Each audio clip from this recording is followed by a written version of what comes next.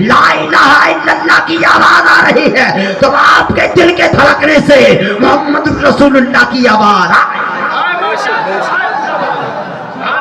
اگر آپ میرے ٹرین کی پٹری سے چلنے سے لا الہ الا اللہ کی آواز آ رہی ہے تو آپ کے دل کے دھڑکنے سے محمد رسول اللہ کی آواز آ رہی ہے۔ حضور مفتی اعظم ہند اس کو اپنا اپنے نبی کا کلمہ پڑھا کر کے اپنا غلام بنا لیتے ہیں۔ وہ ہے حضور مفتی اعظم ہند جن کے یہ مرید کہلاتے ہیں حضور صوفی نظام الدین۔ اللہ تعالیٰ صوفی نظام الدین حضور خطیب البراہیم کے فیوز و برکات سے ہمیں مالا مال فرمائے۔ آپ جانتے ہیں میں نے تو حضرت کی سب سے بڑی کرامت تو وہ میں جانتا ہوں، آپ دیکھیں پیارے، جب آدمی جوانی کی دہلیز پر قدم رکھتا ہے، جیسے ہی جوانی کی دہلیز پر رکھتا ہے تو کبھی ادھر دیکھتا کبھی ادھر دیکھتا، کبھی ادھر دیکھتا کبھی ادھر دیکھا، لیکن ہاں وہ بھی ہے صوفی نظام الدین۔ صوفی لقب کیوں نہ مل جائے پیارے، میں نے صوفی نظام الدین صاحب کی زندگی جب حیات تھے تب بھی میں نے دیکھی ہے۔ وہ مرد مجاہد جس طرف دیکھتا اسی طرف دیکھتا رہتا، کس شان سے دیکھتا، اس کی نظریں نیچے ہوا کرتی تھی، کبھی ادھر تک کی باندھ کے ادھر ادھر نہیں تاکا کرتے تھے۔ وہ صوفی نظام الدین صاحب تھے۔ وہ دیکھیں پیارے حضور صوفی نظام الدین صاحب بچپنے کا عالم کا واقعہ سن لے۔ آپ جانتے ہیں حضور صوفی صاحب ایک مرتبہ چلے جاتے ہیں کھیت میں تو ان کو یہ اندیشہ ہوا یہ میرا کھیت ہے، اسی میں سے کیا چھیمی توڑ لیتے ہیں، جس کو آپ لوگ کہتے ہیں چھیمی، جس کو مٹر کہتے ہیں، اس کو توڑ لیتے ہیں کھانے لگتے ہیں۔ تب پھر کیا کرتے ہیں، دیکھتے ہیں تو کسی نے بتایا کہ آپ کا کھیت نہیں ہے بلکہ کسی اور کا کھیت ہے، تب پھر ان پر خوف الہی طاری ہو جاتی ہے، خوف خدا طاری ہو جاتی ہے۔ حضور صوفی نظام الدین صاحب بچپنے کے عالم میں وہ بھی جان بوجھ کر نہیں غلطی سے توڑ لیتے ہیں، آنکھوں سے آنسو ٹپکنے لگتے ہیں، آنکھوں سے آنسو ٹپکنے لگتے ہیں۔ تب پھر جو اس کھیت کا مالک تھا وہ آتا ہے، آنے کے بعد کہتا بیٹا آپ کو میں اجازت دیتا ہوں، آپ کو میں اجازت دیتا ہوں، آپ کھا سکتے ہیں۔ وہ ہے صوفی صاحب۔ تب پھر اس کھیت کے مالک نے کہا آج یہ بچپنے کا عالم یہ ہے، مجھے اندیشہ ہوتا ہے آگے چل کے تم اتنے بڑے ولی ہوگے کہ تمہارے نام سے لاکھوں لاکھ مجمع جمع ہو کر کے نبی کی خیرات مانگا کرے۔ سبحان اللہ۔ صوفی نظام الدین صاحب کا ایسا مدار شریف ہے کہ وہاں عورتیں نہیں جاتی۔ میں 2 جگہ جانتا ہوں جہاں عورتیں پہنچتی ہی نہیں۔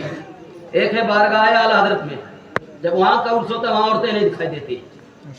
ایک ہے صوفی نظام الدین صاحب کے مدار شریف پہ جب عرس ہوتا ہے تو کوئی عورتیں دکھائی نہیں دیتی، کیونکہ جب عورتوں کا میلہ لگتا ہے تو پتہ نہیں کتنے گناہ ہوا کرتے ہیں۔ اللہ تعالیٰ مدار شریف پہ جائیں لیکن اپنی عورتوں کو لے کر کے نہیں، جن کا جانا جائز ہی نہیں ہے۔ اللہ تعالیٰ ایسی چیزوں کرنے سے ہم سب کو حفاظت فرمائے۔ زور سے کہہ دیں آمین۔ اب یہ جو ٹائٹل لگا ہے اس پر ایک بات کر دیتا ہوں، بات ختم کر دیتا ہوں۔ قاری صاحب بہت دور سے چل کے آئے اور ہمارے نور بھائی نور بھی پڑھے، ان کو بھی پڑھنا ہے۔ میں نہیں چاہتا کہ آپ سے اتنی لمبی گفتگو کر لوں کہ بعد میں آپ لوگ کہیں یار بیٹھ گئے تو کرسیاں نہیں چھوڑ رہے تھے، ایسا نہیں مسئلہ۔ آپ اگر سنیں گے 2-4 باتیں بتاؤں گا، ورنہ بولو تو ختم کہی دی۔ اب میں تقریریہ بہت زور زور کر رہی ہے، بولو ہاں اگر سیدھا کہہ دو گے تو پھر یہ معاملہ وہ معاملہ ہو، ادھر سے نہیں تو ادھر سے نہیں۔ ورنہ آپ جانتے ہیں حضرت مولانا لوگ کو لوگ جاہل سمجھتے ہیں، مولانا لوگ کو جاہل سمجھتے ہیں۔ نور بھائی دیکھو آپ جو کہہ رہے ہیں بولے تو میں بول دیتا ہوں۔ دیکھیں مولانا لوگوں کو لوگ جاہل سمجھتے ہیں، مولانا لوگوں کو انگلش نہیں آتی۔ ایک منور فاروق ہے نا کہتا مولانا لوگوں کو انگلش نہیں آتی۔ اب ایک کتھے سن، مولانا کو کیسی انگلش آتی ہے سن لے۔ انگلش اگر مولانا بولنے پر آئے نا تو ایسی انگلش بولتا ہے، سن لے کان کھول کر کے۔ No disturb my speech with the request you I to cooperate you to establishment loss لالا ڈیٹ فار ٹائٹ جیسے کو تیسا۔ کیا سمجھتے ہو جب مولوی انگلش بولتا ہے سب کی بولتی بند کر دیتا ہے، سب چھوڑ دیں۔ مولوی اس کو کہتے ہیں، مولانا اس کو کہتے ہیں، قاری اس کو کہتے ہیں۔ جب 300 پارے وہ اپنے سینے میں لے سکتے ہیں تو یہ انگلش کا چیز ہے، جس پہ ہاتھ لگا دے اس کو اپنا غلام بنا لے۔ لیکن ہاں علماء کا ایک مشغلہ ہے، علماء کا ایک کام ہے، ایک ہی چیز جانتے ہیں، یہی ہے آرزو تعلیم قرآن ہو جائے، ہر ایک پرچم سے اونچا پرچم اسلام ہو۔ کیا بات ہے۔ سنیں تحفظ ناموں سے رسالت پر ایک بات کروں، ریکارڈ کرنے والے میرے بھائی آپ لوگ اچھے سے ریکارڈ کر لیں۔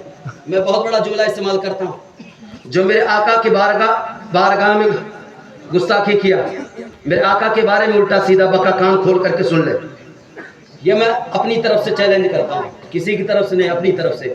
میرے آقا کی ذات پر خدا کی قسم میری جان قربان ہے، ان کے صدقے میں ہم کو سب کچھ ملی ہے, ان کی ذات پر میں اپنی جانیں قربان کرنے کے لیے تیار ہوں. لیکن ہاں ایک جملہ مجھ سے سن کر کے برداشت کر کے جانا. سنیں پیارے, میرے آقا صلی اللہ تعالی علیہ وسلم کی بارگاہ میں جو گستاخی کرنے والا کان کھول کر کے سن لے. ہندوستان کے سپریم کورٹ پر آپ لوگ مت جائیے گا, میں جاؤں گا. جس نے اگر کسی گستاخ رسول کی گردن کاٹ کے رکھ دی نا, اس کے بدلے میں خدا کی قسم کھا کے کہتا ہوں آپ مت جائیے گا.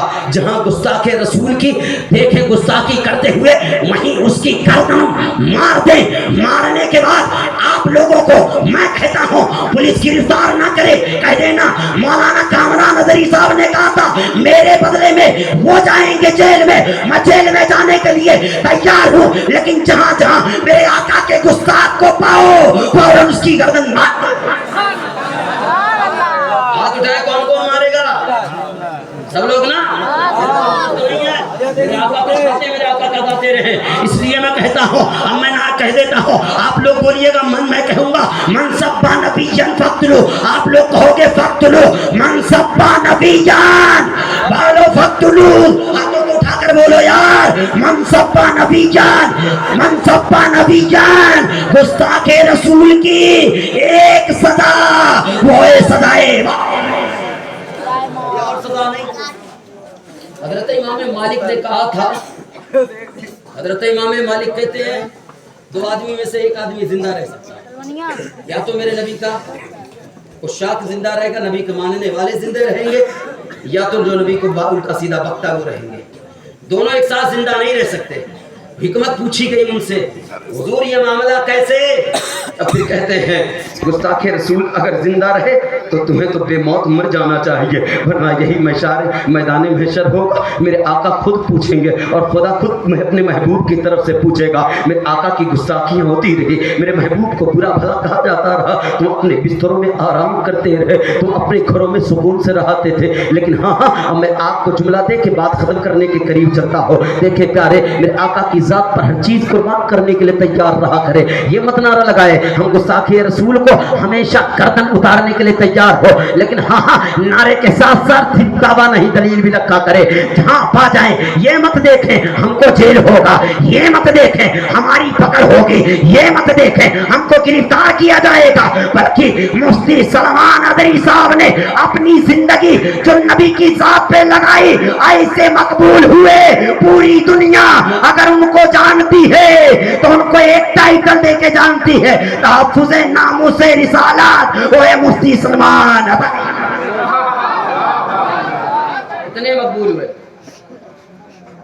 اتنے مقبول ہوئے. اللہ تعالیٰ ہم سب کو ناموس رسالت پر عمل مٹنے کی توفیق دے, میرے آقا کی ناموس کے لیے کھڑا ہونے کی توفیق دے. ہاں ایک فرمائش ہے, آپ بہت ساری نعتیں پڑھتے ہیں, آج آپ ہموز نعت سن لو, سناؤ. ہاں اب میں سنا رہا ہوں, بھائی نور احمد نور صاحب کہہ رہے سناؤ. ہاں اب میں سنا دیتا ہوں. اور یہ دیکھیں نوجوانوں جنہوں نے